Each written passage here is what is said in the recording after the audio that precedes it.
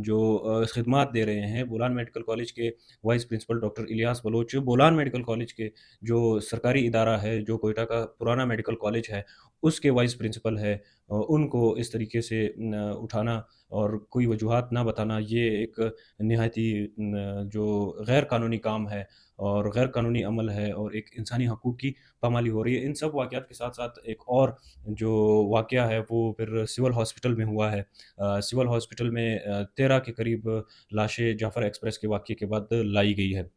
اب یہ لاشیں کس کی ہے؟ عموماً تو یہ ہوتا رہا ہے کہ جب اس طرح کے واقعات ہوتے تھے تو جب لاشیں سول ہاسپٹل لائی جاتی تھی کوئٹہ میں، تو لاپتہ افراد کے لواحقین آتے تھے اور اپنی جو وہاں پہ لاشیں ہوتی تھی ان کی شناخت کی کوشش کرتے تھے۔ اگر شناخت ہوتی تھی تو ان کو اپنے آبائی گاؤں میں لے کر وہاں پہ ان کو دفنایا جاتا تھا۔ لیکن اس بار جو ہے وہ حکومت نے جو پہلے 13 جو لاشیں آئی ہے اس کو جو ہے وہ لواحقین کے سامنے رکھنے یا لواحقین کو وہاں تک پہنچنے کی اجازت نہیں دی تھی، اور سول ہاسپٹل کے مردہ خانے سے ڈائریکٹ لے کر رات کو اندھیرے میں کوئٹہ کے کاسی قبرستان میں ان کو دفنا دیا گیا ہے۔ اور ابھی بھی تقریباً کوئی 23 کے قریب جو ہے وہ لاشیں سول ہاسپٹل میں موجود ہے، جہاں پر مسنگ پرسنس کے لواحقین جو ہے وہ وہاں پر احتجاج دیے ہوئے تھے، دھرنا دیے ہوئے تھے، اور ان کے اوپر بھی لاٹھی چارج ہوتا ہے جس میں متعدد خواتین جو ہے وہ زخمی ہوتی ہے اور پولیس جو ہے ان کے اوپر کریک ڈاؤن کرتی ہے۔ تو یہ وہ ایکٹیویٹیز ہے جو گزشتہ 2 سے 3 روز میں بلوچستان کے دارالحکومت کوئٹہ کے شہر میں ہوتی ہے، اور اس کے اوپر ڈاکٹر مالک بلوچ اسمبلی کے فلور پہ بھی بات کرتے ہیں کہ اگر آپ اس طرح کریں گے تو مسئلہ اور خراب ہوگا۔ آپ نے ایک سائیکیٹرسٹ کو اٹھایا ہے، آپ نے ایک بی ایم سی کے وائس پرنسپل جو ہے اس کو اٹھایا ہے، آپ جو لاشیں ہیں ان کی شناخت نہیں ہونے دے رہے ہیں، آپ جو ہے وہ احتجاج ہونے نہیں دے رہے، آپ نے انٹرنیٹ کی سروس بند کر دی ہے، سریاب روڈ بند ہے۔ تو یہ سارا جو ہے وہ مسئلہ اور خرابی کی طرف لے کے جائے گا، یہ ڈاکٹر مالک صاحب کا اسمبلی کے فلور پہ کہنا ہے۔ لیکن میں جس مقصد کے لیے یہ ویڈیو بنا رہا ہوں، کیونکہ جب بھی کبھی ایسا واقعہ ہوتا ہے جس میں بلوچ ملیٹنٹس جو ہے وہ ملوث ہوتے ہیں، یا وہ جب اپنی کوئی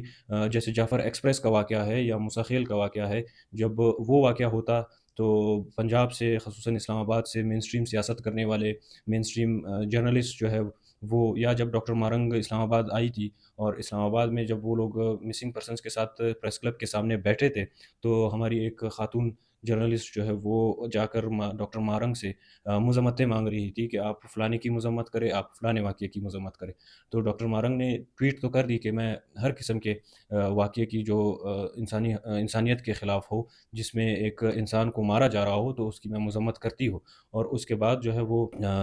ان کے ٹویٹ بھی آئی ہے ابھی گزشتہ دنوں، ایک بار پھر سے میں خواجہ سعد رفیق کے اوپر آگے آؤں گا۔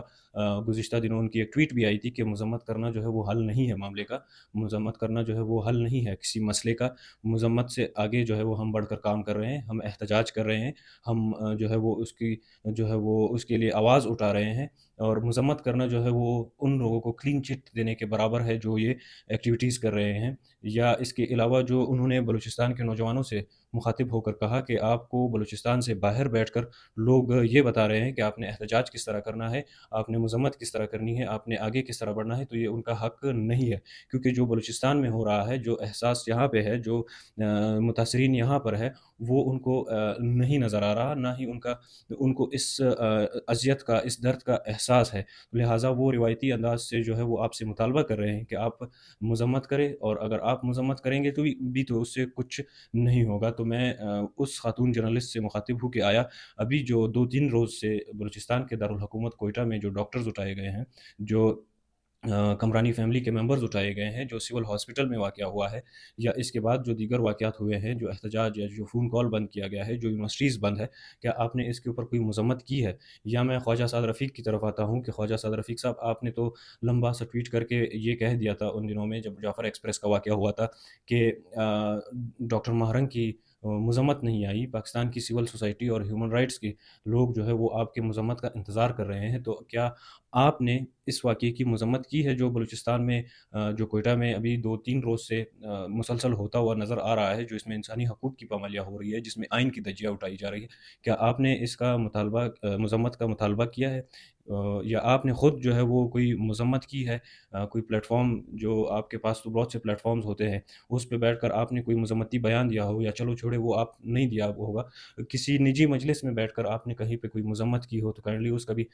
ہمیں بتا دیں۔ اس کے علاوہ جو بلوچستان کے اندر یونیورسٹیز ہے، بلوچستان یونیورسٹی، سردار بہادر خان یونیورسٹی اور تربت یونیورسٹی، اس کے علاوہ بیوٹمز یونیورسٹی کی جو بس سروس ہے وہ معطل ہو گئی ہے فی الحال، اور university of Balochistan, Sardar Bahadur Khan university, Turbat university, ان سب میں تدریسی عمل روک دیا گیا ہے اور آن لائن کی طرف شفٹ کر دیا ہے، اور دوسری طرف آج ہی کے دن بلوچستان میں انٹرنیٹ بھی بند کر دیا ہے۔ تو یہ بلوچستان کے اندر جس طریقے سے سچویشن بنی ہوئی ہے، بلوچستان کے اسٹوڈنٹس وہاں پہ پڑھ نہیں پا رہے ہیں، بلوچستان کے اسٹوڈنٹ وہاں پہ آزادی سے گھروں سے نہیں نکل سکتے، بلوچستان کے اساتذہ نہیں سیف، بلوچستان کے جرنلسٹ نہیں ہے سیف، بلوچستان کی جو لاش، جو وہاں پہ بلوچ کی لاش ہے، وہ ان کو جو ہے وہ ان تک رسائی نہیں دی جا رہی، بلوچستان کی خواتین تک نہیں سیف۔ تو کیا آپ سب لوگوں نے جو ہے وہ اس پر آنکھیں بند کر دی ہے، اور ابھی اس کے اوپر آپ لوگ مذمت نہیں کریں گے؟ مذمت تو بنتی ہے اس کے اوپر۔ بہت شکریہ۔